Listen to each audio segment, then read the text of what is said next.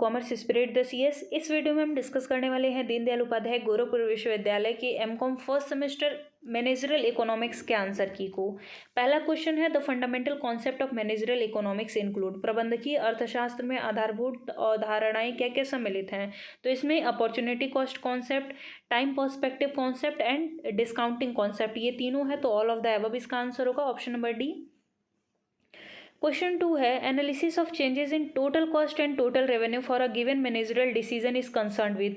तो ये संबंधित होता है इंक्रीमेंटल एनालिसिस से, यानी कि वृद्धिशील विश्लेषण, option number C. Question number 4 है, net present value method is concern with. Net present value किससे संबंधित है? तो ये है संबंधित डिस्काउंटिंग प्रिंसिपल, कटौती के सिद्धांत से। क्वेश्चन नंबर 4 है, contraction of demand is due to. मांग में संकुचन किसकी वजह से होता है? तो कुछ इस तरीके से डिमांड कर्व होती है, मान लेते हैं यहाँ पे है P और ये है Q। अब मांग में संकुचन होने का मतलब क्या है कि मांग अब कम हो गई। यहाँ पे मान लेते हैं Q1, तो ये किसकी वजह से हुआ है? क्योंकि प्राइस बढ़ गई है, इसकी वजह से हुआ है। तो ऑप्शन नंबर बी करेक्ट होगा, increase in price of commodity, वस्तु की कीमत में वृद्धि। क्वेश्चन नंबर 5 है, if the demand of a commodity remains unchanged despite an increase in its price it is called. जब वस्तु की कीमत में वृद्धि होने के साथ मांग में कोई भी परिवर्तन नहीं होता है तो उसे हम लोग क्या कहते हैं? तो ये थोड़ा सा ट्रिकी था कि जो हमारा डिमांड है वो कोई भी चेंज नहीं हो रहा है, भले कीमत में वृद्धि हो रही है, तो इसे हम लोग एक्सपेंशन ऑफ डिमांड कहते हैं कि मांग में विस्तार हुआ है, मांग बढ़ी है। क्वेश्चन नंबर 6 है, a demand curve parallel to x axis indicates the elasticity of demand. यानी कि ये जो डिमांड कर्व हो वो इस तरीके से है, तो इसका मतलब क्या होता है? ये इनफाइनाइट है, अनंत है। क्वेश्चन नंबर 7 है, इन case of straight line demand curve elasticity of demand at the mid point of the curve will B. एक सीधी रेखा के स्वरूप वाले मांग वक्र की दशा में वक्र के मध्य बिंदु पर जो मांग की लोच होगी वो क्या होगी? तो वो होती है यूनिटी, यानी कि इकाई। क्वेश्चन नंबर 8 है, cross elasticity of demand in case of complementary good. पूरक वस्तुओं की दशा में मांग की आड़ी तिरछी लोच कैसी होती है? तो अगर कार की कीमतें बढ़ेंगी तो पेट्रोल का डिमांड कम हो जाएगा। इसका मतलब क्या है कि इनके बीच में नेगेटिव रिलेशनशिप होता है। क्वेश्चन नंबर 9 है, the indifference curve becomes L shaped when both goods are. तटस्थता वक्र एल आकार का हो जाता है जब दो वस्तुएं परफेक्ट कॉम्प्लीमेंट्री होती हैं, यानी कि पूर्ण पूरक होती हैं। क्वेश्चन नंबर 9 का भी हो जाएगा। क्वेश्चन नंबर 10 है, income effect plus substitution effect. तो इन दोनों का सम क्या होता है? कीमत प्रभाव के बराबर होता है, option number A. Question number 11 है, indifference curve will be a negatively sloping straight line when both goods are. तो ये होते हैं परफेक्ट सब्सटीट्यूट। अगर पूर्ण स्थानापन्न वस्तुएं रहेंगी तो वो ऋणात्मक ढाल के साथ सीधी रेखा होगी। क्वेश्चन नंबर 12 है, cross elasticity of demand in case of perfect substitute will be. पूर्ण स्थानापन्न वस्तुओं के साथ मांग की आड़ी तिरछी लोच कैसी होगी? तो ये होगा इनफाइनाइट, अनंत। क्वेश्चन नंबर 13 है, long term production function implies. दीर्घकालीन उत्पादन फलन किससे संबंधित है? तो ये संबंधित है पैमाने के प्रतिफल, returns to scale, option number A.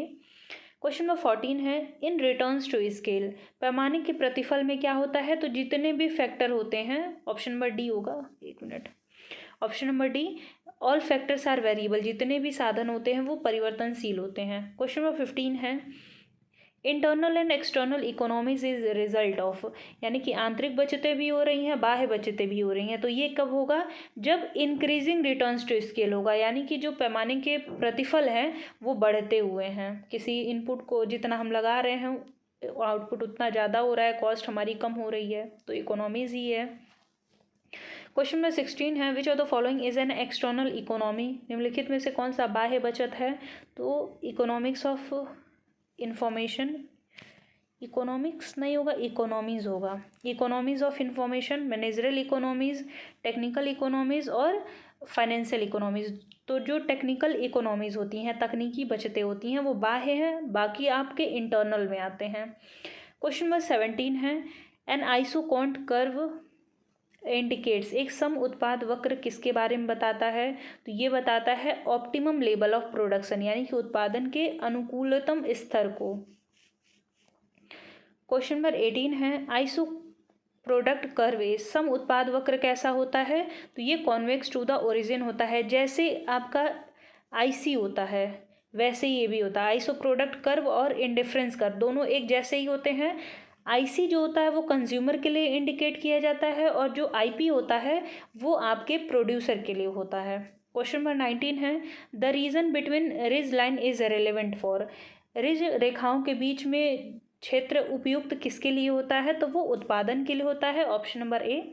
Question number 20 है, dash shows the best way of producing different level of output, यानी कि उत्पादन के विभिन्न स्तरों को उत्पादित करने के सर्वोत्तम तरीके कौन बताता है, तो वो होता है आपका रिज लाइन, एक बाउंड्री बना देता है।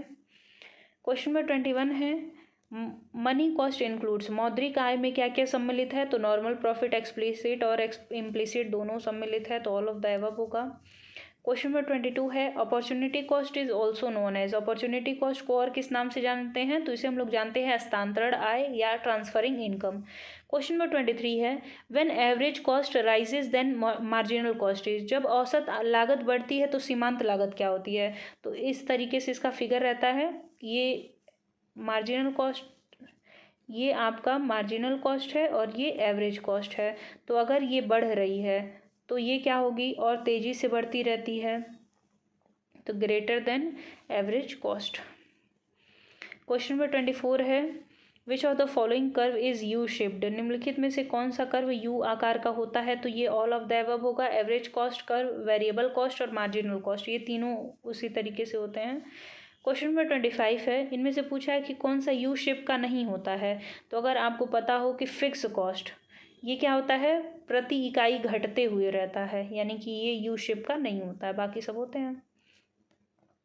क्वेश्चन नंबर 26 है, dash plays dominant and active role in market price determination, बाजार में मूल्य निर्धारण के लिए कौन सक्रिय भूमिका निभाता है, तो डिमांड, सप्लाई और कॉस्ट, ये तीनों होते हैं, तो ऑल ऑफ द अबव इसका आंसर होगा। नेक्स्ट है question number 27, in which market form the form faces a perfect elasticity demand, perfect elasticity किसमें होता है, तो परफेक्ट कंपटीशन में होता है। क्वेश्चन नंबर 28 है, variable cost becomes zero when production is, परिवर्तनशील लागत शून्य हो जाएगी, तो वो कब होगा, जब प्रोडक्शन होना बंद हो जाएगा। Option number B. Question number 29 है, in short run a firm will cease its production when average revenue falls below, अल्पकाल में फर्म अपना उत्पादन बंद कर देती है जब औसत आगम किससे कम हो जाता है, तो जब एवरेज वेरिएबल कॉस्ट भी नहीं रिकवर हो पाता है तो फर्म अल्पकाल के लिए अपना फर्म बंद कर देती है, तो ऑप्शन नंबर सी होगा, average variable cost. Question number 30 है, the point at which average cost of production is equal to its marginal cost, तो इसे हम लोग कहते हैं ब्रेक इवन पॉइंट, सम विच्छेद बिंदु। क्वेश्चन नंबर 31 है, under perfect competition supply curve of a firm is derived from its, पूर्ण प्रतियोगिता बाजार के अंतर्गत पूर्ति वक्र किससे बनाया जाता है, तो ये बनाया जाता है मार्जिनल कॉस्ट से, जितना सीमांत लागत आता है उसी हिसाब से कंपनी प्रोडक्शन करती है। क्वेश्चन नंबर 32 है, in long run a firm gets only normal profit under, दीर्घकालीन में कौन सी फर्म सामान्य लाभ अर्जित करती है, तो परफेक्ट कंपटीशन और मोनोपोलिस्टिक कंपटीशन दोनों अर्न करती हैं, तो ऑप्शन नंबर सी होगा। क्वेश्चन नंबर 33 है, differentiated product is a characteristics of, विभेदीकृत उत्पाद किसकी विशेषता है, तो जहाँ पे डिफरेंशिएटेड प्रोडक्ट आ गया वो किसका पार्ट हो गया, मोनोपोलिस्टिक का, ऑप्शन नंबर सी। परफेक्ट में होमोजीनियस होता है। 34 है, which of the following is not a feature of monopolistic competition, uniform price नहीं होता है, जैसे अगर बोले कोलगेट का और मैक्स फ्रेश का, तो दोनों के प्राइजेस सेम नहीं हैं, काम दोनों एक ही करते हैं। होमोजीनियस प्रोडक्ट, कोलगेट और मैक्स फ्रेश एक जैसे नहीं है, काम एक है लेकिन उनके बीच में डिफरेंसेस हैं, समरूप नहीं होगा, यानी कि ये भी नहीं होगा। सिंगल सेलर, ये मोनोपोली का पार्ट है, इसका नहीं है, तो ऑप्शन नंबर डी होगा, all of the above. Question number 35 है, price discrimination will be profitable only when the elasticity of demand in different market is, मूल्य विभेदन मतलब क्या होता है कि एक मार्केट में ज़्यादा प्राइस लेना, दूसरे मार्केट में कम प्राइस लेना या उससे ज़्यादा लेना, इस तरीके की चीज़ें चलती हैं। तो अगर मान लेते हैं किसी भी मार्केट में इलास्टिसिटी इज इक्वल टू 1 है, यानी कि जितना आप प्राइस रखेंगे उसी हिसाब से डिमांड चलेगी। एक जगह पे इलेक्ट्रिसिटी ज़्यादा है और एक जगह पे इलेक्ट्रिसिटी कम है, खुद इसका आंसर आपको मिल जाएगा। तो अगर इलेक्ट्रिसिटी 1 है तो यहाँ पे हम लोग इसकी बात ही नहीं करेंगे। अगर इलेक्ट्रिसिटी ज़्यादा है तो जैसे आपने कीमत बढ़ाया वैसे ही मांग कम हो जाएगी।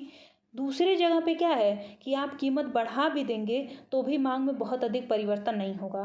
तो अगर इन दोनों को हम लोग ध्यान में रखें तो क्या आंसर आ रहा है कि हम लोग डिफरेंट प्राइजेज रख सकते हैं अगर दोनों मार्केट में डिफरेंट इलेक्ट्रिसिटी है। ऑप्शन नंबर बी होगा। क्वेश्चन नंबर 32 है, price rigidity is a feature of, कीमत दृढ़ता किसका भाग है? तो ये होता है ओलिगोपोली के अंतर्गत। क्वेश्चन नंबर 37 है, Paul M Sweezy propounded the theory of, Paul M Sweezy ने क्या दिया था? तो उन्होंने दिया था kinked demand curve. Question number 38 है, gross profit minus implicit cost, तो इसे हम लोग कहते हैं नॉर्मल प्रॉफिट। क्वेश्चन नंबर 39 है, रिस्क थ्योरी किसने दिया था? तो ये दिए थे हॉले। और लास्ट क्वेश्चन है, boom phase of business cycle is followed by the dash phase, व्यापार चक्र में अभिवृद्धि या तेजी की अवस्था किसके बाद आती है? क्वेश्चन ये था। तो इस तरीके से चल रहा है। ये जो पॉइंट आता है इसके बाद हमेशा क्या आता है? बूम पीरियड आता है रिकवरी होने के बाद। तो ऑप्शन नंबर बी इसका करेक्ट होगा। मैंने पूरी कोशिश की है कि जितने भी क्वेश्चंस हैं मैं एक्यूरेट उसका आंसर दे दूं। हो सकता है एक आध क्वेश्चन ऐसा हो कि जिसका आंसर सही से नहीं हो पाया हो, तो आप कमेंट कर दीजिएगा अगर आपको लगता है कि इसका आंसर ये नहीं कुछ और होगा तो। बाकी और कम मार्क्स आते हैं ज़्यादा मार्क्स आते हैं उससे ज़्यादा मैटर नहीं करता। आप जीवन में कितना सीखते हैं वो ज़्यादा मैटर करता है। बाकी आपको भी पता है कि जो मार्किंग का सिस्टम है वो 25 + 15 + 40 का है, सॉरी 60 का है। तो ये बाकी जो 40 क्वेश्चंस के आपके होते हैं इसमें से है। तो 20-25 क्वेश्चन भी सही हो जाते हैं तो भी बहुत अच्छे हैं। बाकी 25 नंबर में से आपके कॉलेज वाले आपको अच्छा नंबर दे ही देंगे। 15 नंबर का आपने थ्योरी किया होगा तो उसमें से कितना भी मिलेगा तो 8 नंबर 10 नंबर मिल ही जाता है, तो नंबर अच्छे आ जाएंगे। और बिजनेस एथिक्स के वीडियोस चैनल पे अपलोड हैं, उसके एक्सप्लेनेशन वीडियो भी अपलोड हैं, आप उसको भी देख लीजिएगा। क्योंकि क्या होता है कि जितना MCQs प्रैक्टिस करते हैं वो तो ठीक है, पढ़े रहते हैं तो ज़्यादा MCQ हमारे दिमाग में चल रहा होता है, उसको किस तरीके से सॉल्व कर सकते हैं। तो MCQs और एक्सप्लेनेशन वीडियो आप दोनों देख सकते हैं। वीडियो को एंड में ऐड कर दिया जाएगा। और किसी चीज़ पर आपको वीडियो चाहिए तो आप कमेंट कर दीजिएगा। मिलते हैं नेक्स्ट वीडियो में, तब तक के लिए धन्यवाद।